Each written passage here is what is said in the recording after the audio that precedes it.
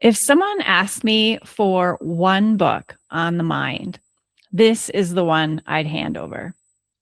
And I'd hand it over whether or not they shared my faith, because what's in it is true either way.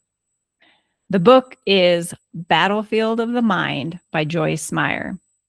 She opens chapter 1 with a scripture, Ephesians 6:12. This is Paul telling us that our struggle is not against flesh and blood, but against spiritual forces of evil. Think about that for a second. Whatever we're fighting, it isn't the other competitor. It isn't the judge or the clock or our boss.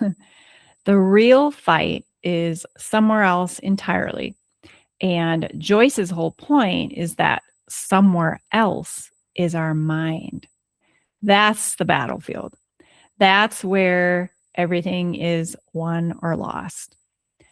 And she's very direct about who we're up against. The devil is a liar. Jesus calls him the father of all lies.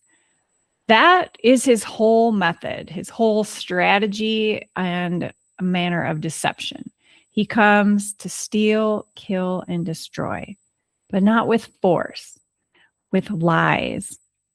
He has studied us for a long time, and he knows what lies to plant. Little lies of doubt, fear, suspicion, lies that start small, but if left unchecked, become a major stumbling block. So what do?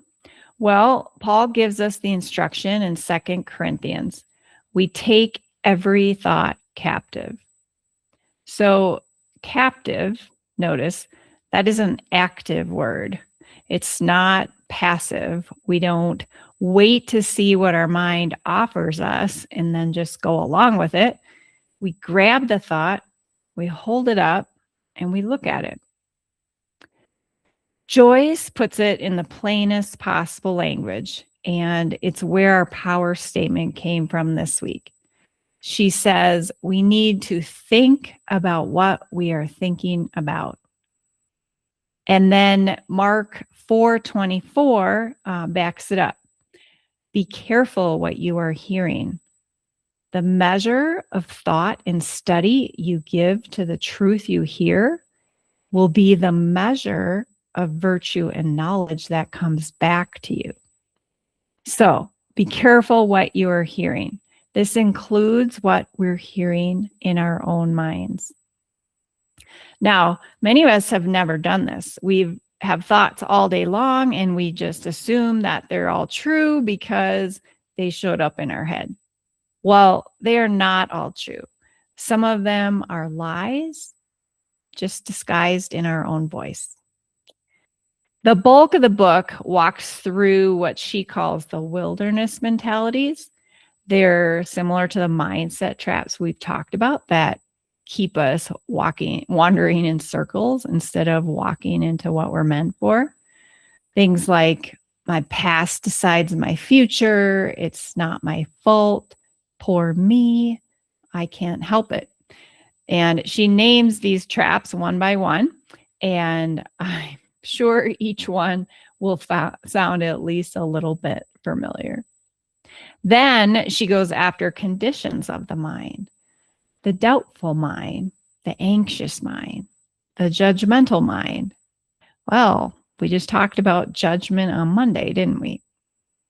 It's the same battle, just looking at it through a different lens. So let's close with our power statement. I want you to repeat it after me. I think about what I am thinking about. Okay, so make that your mantra this week. And then tomorrow, come back to learn from a Harvard researcher who says we've had the whole success formula backwards.